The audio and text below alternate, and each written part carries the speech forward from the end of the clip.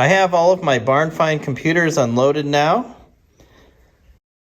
Apple II's there, a couple 2GS's over here. The one I'd like to try to tackle today is the Macintosh LC2. This computer does have the Apple II card in it, so that will be fun to play with if it still runs. First thing I need to do is blow out all the years of dust, so I'll get the air compressor turned on. Okay, let's take a look inside. It's a little dusty. Doesn't look that bad. Looks like there might be a little bit of corrosion right there. Circuit board looks great. I don't see any components with any big rust on them. Hard drive looks exceptionally clean. So I'm going to take my wand, blow all the dust out, and then we'll take the computer inside, see what we can do for the case.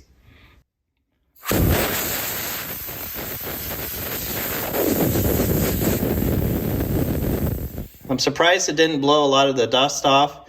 Maybe the dust has caked on a little bit more due to humidity, having spent years outside in that van. This case is just absolutely disgusting.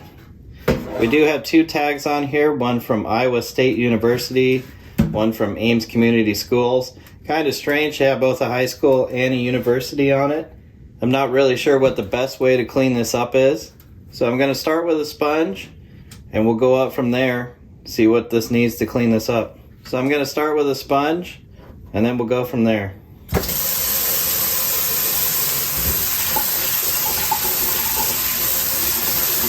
Wow, just wiping it down makes a giant difference.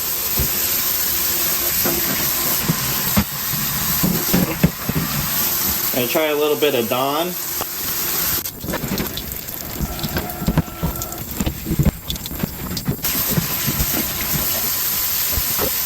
Let's try this to get into the cracks.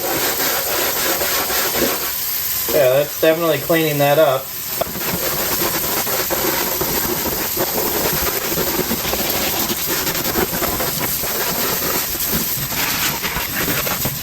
Looks like one side of the computer was worse than the other.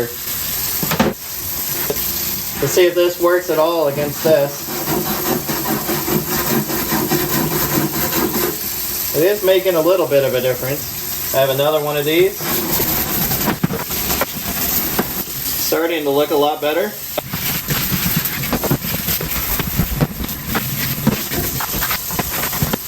I think I'll just wipe it down with soap again one more time for good measure. Try to kill any bacteria that may be on the case.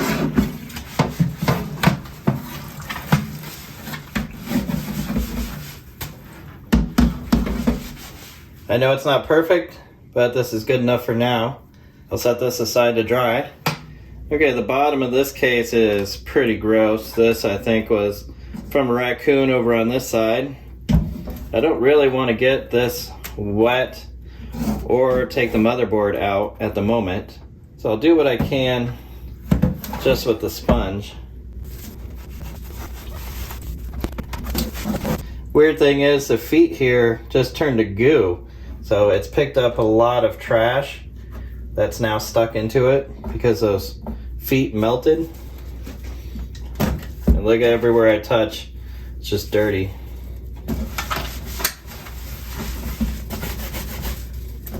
Just try to give this a good wipe down. I'm not real sure how to clean up these feet. It's almost like sticky tack is what I would describe that as. These areas are really sticky, so I'm just going to take a little bit of masking tape, put that over them, so at least the gooey feet don't get on everything. This is Weasel. He's just checking out what I'm doing. Well, I think everything's cleaned up enough that it's safe to take down to my computer room. Let's plug this in and see what happens. Luckily, I already had an LC2 set up, with an external hard drive even, so I'll just disconnect this one and connect the other LC2 up.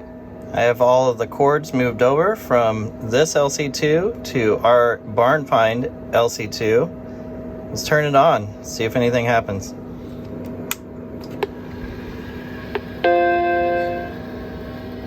That's a good sign. The computer is booting.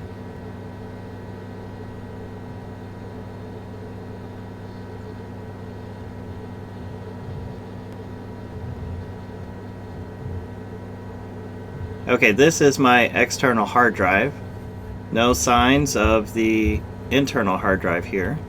Unfortunately, I don't have any disk utilities on this drive, so I'm going to restart, try a different hard drive, and I'll be right back. This time I've connected a drive with System 7.6 on it.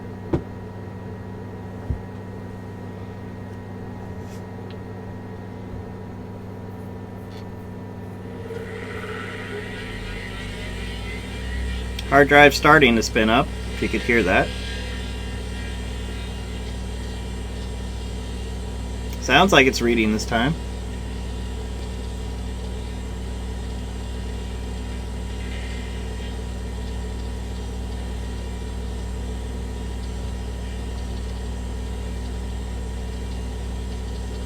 Not sure which drive it's booting off of, but I think this might be the internal drive.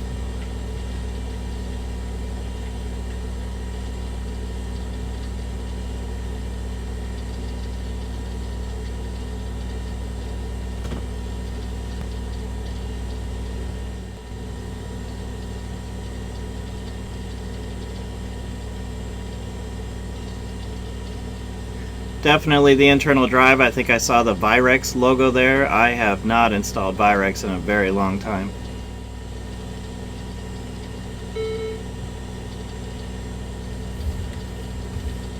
Yeah, this computer probably wasn't shut down properly. It's probably been 30 years since this computer was turned on.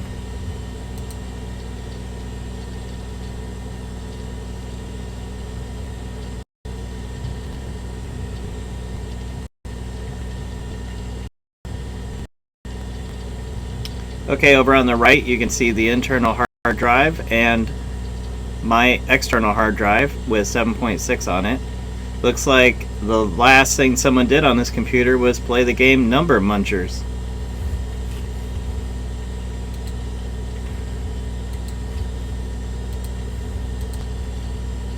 This was definitely used in a school environment. That's exactly the kind of stuff you would see on the desktop of a computer that was used at a school.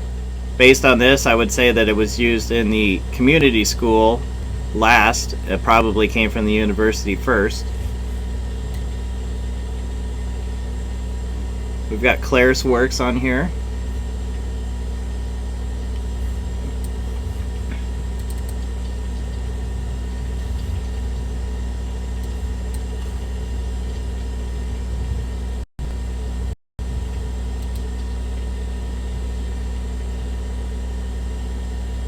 So it looks like it's pretty simple. We've got ClarisWorks, we've got a few educational games plus Oregon Trail, and I'm not sure that they knew that this had an Apple II card in it, because I don't see any of the software for that. Should we check out the trash? Safari search. I'm not sure what that is.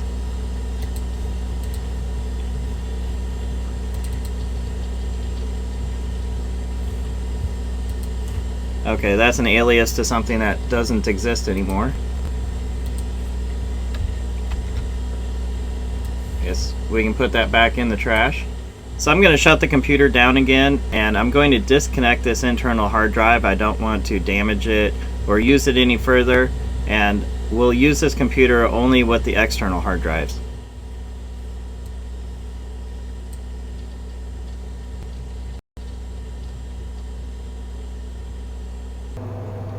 My LC2 didn't have the Apple IIe software installed, so here is the 2e installer.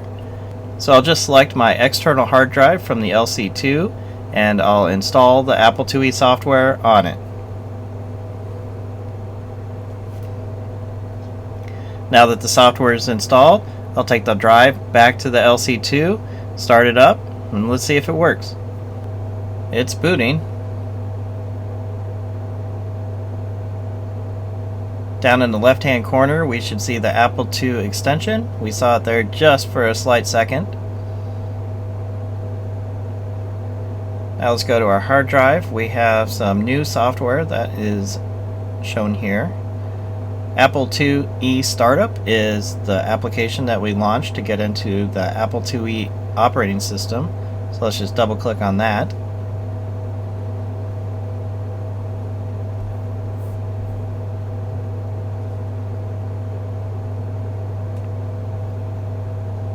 And it looks like the IIe card works.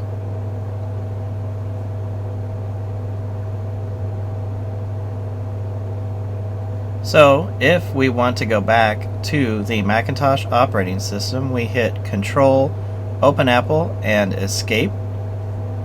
Looks like it worked. This is the IIe option panel, and in here we can set up all kinds of different options regarding our IIe card that's installed in the LC. Here we can set how much memory the IIe has, up to 1 megabyte. We can control the mouse, set up a printer,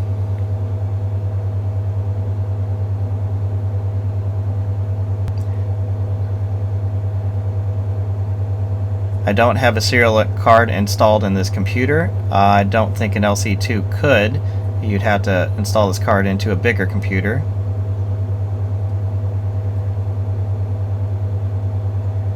Here under slots, we can move about our slots to optimize this for different software, although most software expects a pretty much default configuration, and we can usually leave this alone.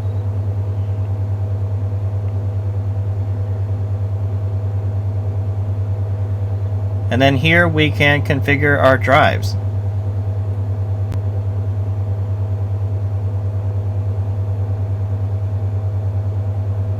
If we hit the continue button, it will take us back into our IIe system. We can obviously hit Control, Open Apple, and Escape to go back. We also have the options of restarting our IIe and quitting our IIe. I'm going to quit the IIe. On the next video with this computer, I can maybe find one of those disk drives, see if it will work with the LC2, and load up some Apple IIe games, Apple IIe software, and really see if this is a working system out of the back of an old van. And if you want to see more videos like this, comment below and click subscribe.